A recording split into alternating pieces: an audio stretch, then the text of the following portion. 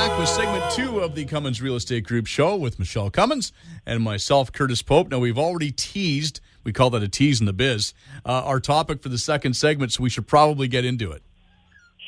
How every stage of a real estate development adds value. That's the one. That's the one. So, there are typically 4 distinct stages in a real estate development project.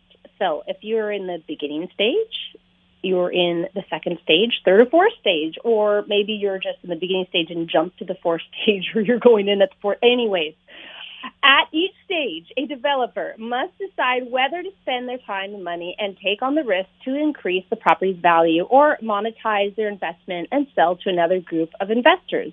If the developer chooses to see the project through to the fourth stage, a fully developed project like commercial property is often sold to an income-producing property operator, such as a REIT, R-E-I-T, that is. Let's look at how each stage adds value to a development project. As mentioned on the first session, I have a few land assemblies. It's at the beginning stage. I've gone in and had the PAR meeting, which is the preliminary assessment meeting with the city that the properties are in, and see what the best use is, bring that to the city. They've internally looked at it with all their areas such as the planning department, engineering department, and the like, and then they have the meeting all together, and they all speak about their specific parts of the development and what it looks like and how they either agree with it or they'd like to see some changes.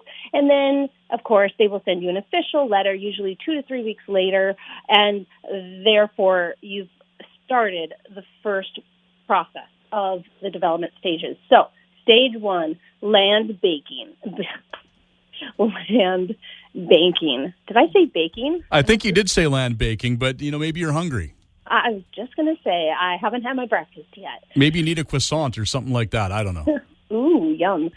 The Corner Cafe makes extremely wonderful ones. He was a French baker, comes from France, and he brought in this small bakery, little business, coffee shop and bakery, and he makes, they're so good. Anyways. Now I've got you completely sidetracked thinking about French baking. It's true. We do not have the greatest attention spans on this show, just so people know. I'm going there after this. Okay, stage 1, land banking. There we go. The land banker pursues and buys undeveloped land they believe will be attractive for developers. When the market conditions are right, the land banker sells to a land packager. The land banking stage and the redevelopment stage are the same, except that the land banker usually has greenfield, so undeveloped land, and the redeveloper has brownfield, previously developed land that is not currently in use. That's what that means. So stage 2, land packaging. The land packager improves the land value through conceptual land planning, zoning changes, financial schemes, or other paper enhancements like title insurance, accurate surveys, or environmental studies. Stage 3 is land development. The land developer buys the land with the paper enhancements from the land packager and improves the land to sell as finished building pads to a building developer. This usually involves the construction of infrastructure such as roads and utilities and common improvements such as stormwater retention ponds and recreational facilities. A good example of the land development stage are master plan community developers who construct the roads, utilities, and recreational amenities and then sell building lots to home builders. Stage 4, building development. The building developer buys the finished pad from the land developer and then does the vertical development by constructing the building improvements. During construction, the building developer may also attempt to lease the building so the finished building can be sold to the building operator. Home builders are a good example of building developers. From an investor's perspective, each of the stages will have its own risks and return profile that is highly dependent on the particulars of each individual development project. development project cash flows are irregular by nature and don't usually pay out consistent distributions to their investors. Unless an investor is willing to tie up their investment for the length of the development project, they may prefer to get their development exposure through a more comprehensive investment vehicle that bundles real estate development exposure with other asset classes that do pay regular distributions.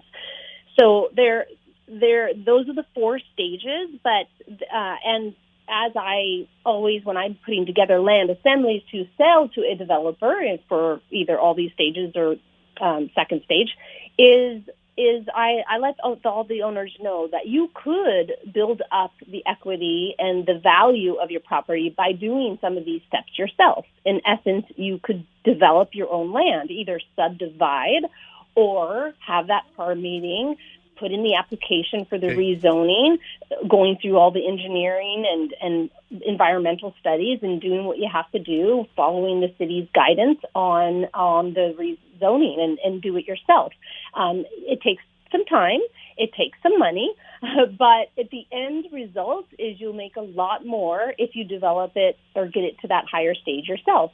There's different steps, different developers, and of course what they're willing to pay, depending on how far along your property or land assembly is. You don't always have to be a land assembly to sell to a developer. You could have a large enough parcel yourself, or it could just be a simple subdivision, and you have the width and the depth to be able to do that. So there you have it. All right, because land assemblies are interesting because you can see when they're coming just down Clearbrook Road from the radio station. There is a whole bunch of houses coming down, and obviously they're going to be building, multi-units and things like that. And I imagine it was probably tough for a developer without the ability to get land assemblies to put that all together. Yes, it is. Sometimes it takes a long time to put them together. Others, it's pretty swift, but there's a lot to it. And we need the development. So especially if you have older houses, maybe that, they have seen better days and there's not a lot of value in the structures on the land. Those are perfect opportunities for redevelopment and land assembling. So talking about, building, developing, there is something called passive housing. Do you know that? I know about passive-aggressive housing. Oh, that's just my house. Never mind. Well, no, there's the passive house. I had a project a couple years ago, and I actually spent a couple years really learning it and looking into it.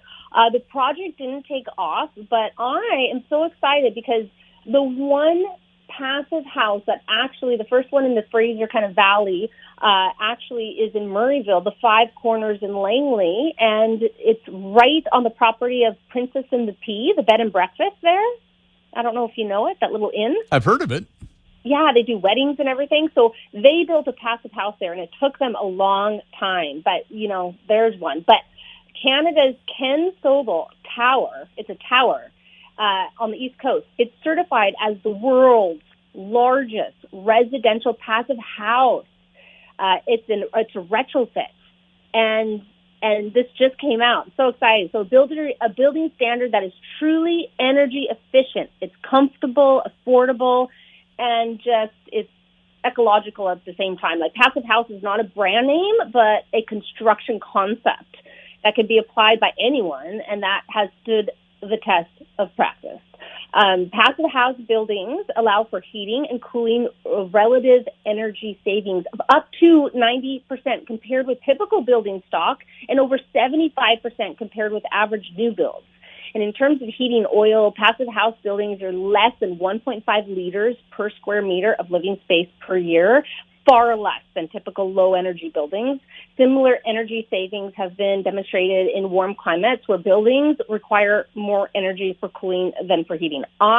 If you don't know about what passive housing is and you're really interested in low-cost living, it's pretty much off-grid. It can be off-grid. You have enough solar panels. You have the right thick Type 3 windows. You're facing the sun a certain way. Like there's certain things that the house is constructed like in an enclosed environment, controlled environment. It's built really pretty quick, actually. It can be. And it's just really exciting stuff. So that's the first big building that's retrofitted in Canada. It's very, very neat.